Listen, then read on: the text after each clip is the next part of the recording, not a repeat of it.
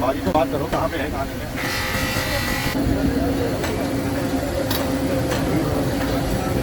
है।